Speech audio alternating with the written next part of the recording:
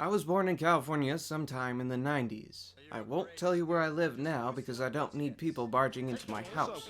But I can say that I'm still in the United States. I've always been in the United States and I have never been in another country my entire life. Which is why I'm making this review, as I have a lot to say about my habitat. But before I start, I just wanted to say that half the shit in this video is my opinion.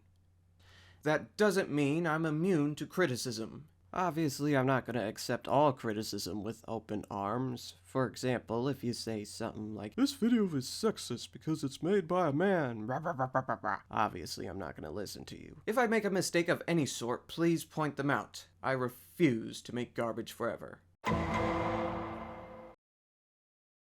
It's fine. The landscapes in the US are quite diverse. However, unlike Minecraft, the landscapes are wide and spread out, meaning you'd have to travel miles and miles to go to a different landscape, which is dumb. The only exceptions to this is if you live on the edge of a landscape, though they don't really have edges, they just mesh together, or if you live in an area of shifting weather. It's as bland as a nugget from Mickey D's. To clarify, many buildings on their own look fine, though some may vomit at the sight of Titanic cinder blocks. But most of them pretty much look the same, usually simple houses or big tall glass buildings. Because of this, many American cities, not all, but many, look mundane, especially compared to the flying colors, unique shapes, and lush green places like Singapore. Not to say Singapore is better than America, that place is homophobic, and you're fined $1,000 for littering one wad of gum. That being said, in spite its average beauty, American architecture does function just fine. Most of the time. They're not tyrannical and shit, thank God, and most of them are pretty reasonable, such as don't kill people. But some of these laws are fucking stupid. It's illegal to use someone else's trash can, yet owning a flamethrower is a-okay. And unfortunately, people don't feel obligated to follow the more reasonable rules. It has come to the point where big corporations are constantly breaking the First Amendment. Food here is good. There's a plethora of things to consume, which is great for picky eaters. That being said, there is also a bunch of garbage, so choose wisely.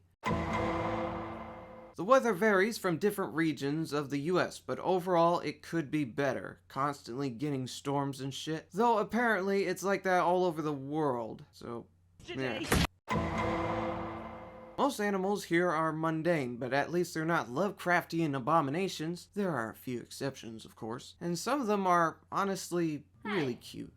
You let go of my broom. Transportation is reliable, but quite risky, as there is a shit ton of reckless drivers on the road. Also, surely there's a way to make vehicles run on water instead of gas, right? Products are a mixed bag, some good, some ass, but at least there's plenty to choose from. However, the marketing of said products can be extremely irritating. Down payment fairy! Healthcare does provide people for the medicine they need, most of the time, but it costs money, despite other countries giving it for free and functioning just fine. Well, we don't live in junkyards, not all of us anyway, but we certainly don't live on Mr. Clean's forehead either. It's weird because unlike landscapes, clean areas and filthy areas can be right next to each other. Take it from someone who's witnessed it firsthand in California on vacation. You might be driving through a shithole like parts of East LA, and less than 5 minutes later, BAM! Beverly Hills. As for what's healthy, well, not everything here is the best, but at least the stuff we consume isn't dangerously toxic. Unless the city's government are led by imbeciles. Ooh, speaking of... A good leader is someone who doesn't seek power, but knows when to take charge to take care of their citizens. The US has little toddlers that bicker at each other over useless bullshit. So much so that it's actually rare for them to focus and solve the actual problems. Though I guess we should be thankful. They are better than tyrants, dictators, and extremists alike, but being better than parasites isn't really high praise. On a technical standpoint, communication here is top tier. Not only do we have phones that allow us to talk to those miles and miles away from us, but now we have the internet. A second world that would theoretically allow us to express ourselves. Now if only companies would quit breaking the First Amendment. News ain't so reliable anymore. No, no, no. Many news stations have been siding with biased cultures, thus having vicious rivalries with each other to the point where those who watch multiple stations really can't decide who to listen to. And the cherry on top? It's rumored that many news stations give us false information, but even if that's true or not, they could still be unbearable to watch, as they try desperately to be entertaining by spouting out jokes in between. That alone is fine, but you have to be funny to be a comedian. He must have like a Fitbit for lies, like a Fitbit. Oh no, I need to get my 10,000 lies in. I better hold a rally. And the news stations aren't filled with comedians, that's for damn sure. Apparently that depends on the schools, but the schools I went to, they were okay. I do recommend at least graduating high school. Clearly not enough people do. I have no fucking clue. Depends on the neighborhood. Yep, this country has bad neighborhoods. That's a big no-no on my list.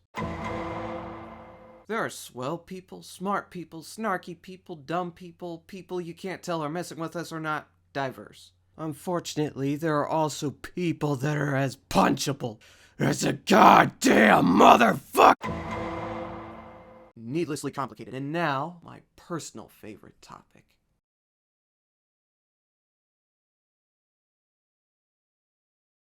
Simple art images, you know, paintings and drawings, they vary in quality. Some of them are pretty good and others are pretty terrible. What pisses me off though are those annoying shitpost images that are supposed to piss me off. But even those at least mean something. Unlike most of the goddamn popcorn flicks that infest cinema nowadays. Actually, popcorn is still delicious. This stuff tastes like shit. Same for television. A lot of garbage on TV right now. There is unfortunately a limited amount of enjoyable shows, and even some of those shows can simply be considered guilty pleasures due to having plot holes. Might as well just play video games, because at least those don't need to be well written to be fun.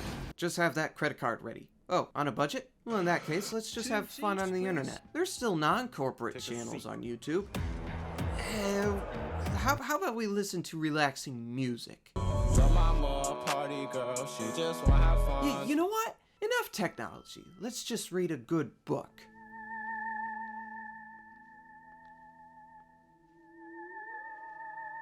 What I'm getting at is that art here is a mixed bag, especially now, because there's so much garbage being thrown at us, and only occasionally do we catch gold. It doesn't help that said gold can get some bizarre reactions from people. I swear, it's like we as a society want paintings to be a dominant medium again. Not to say paintings are bad, I mean, they can be stunning, but we can make paintings that move! We're better than this! It's kind of hard to explain. This country is currently under social unrest right now, and as such, there's this fucked up atmosphere that makes one hate everything, because there's something wrong with either you or them. And that's probably this country's biggest problem, which is it has social unrest. 5 out of 10, suck my balls, Uncle Sam.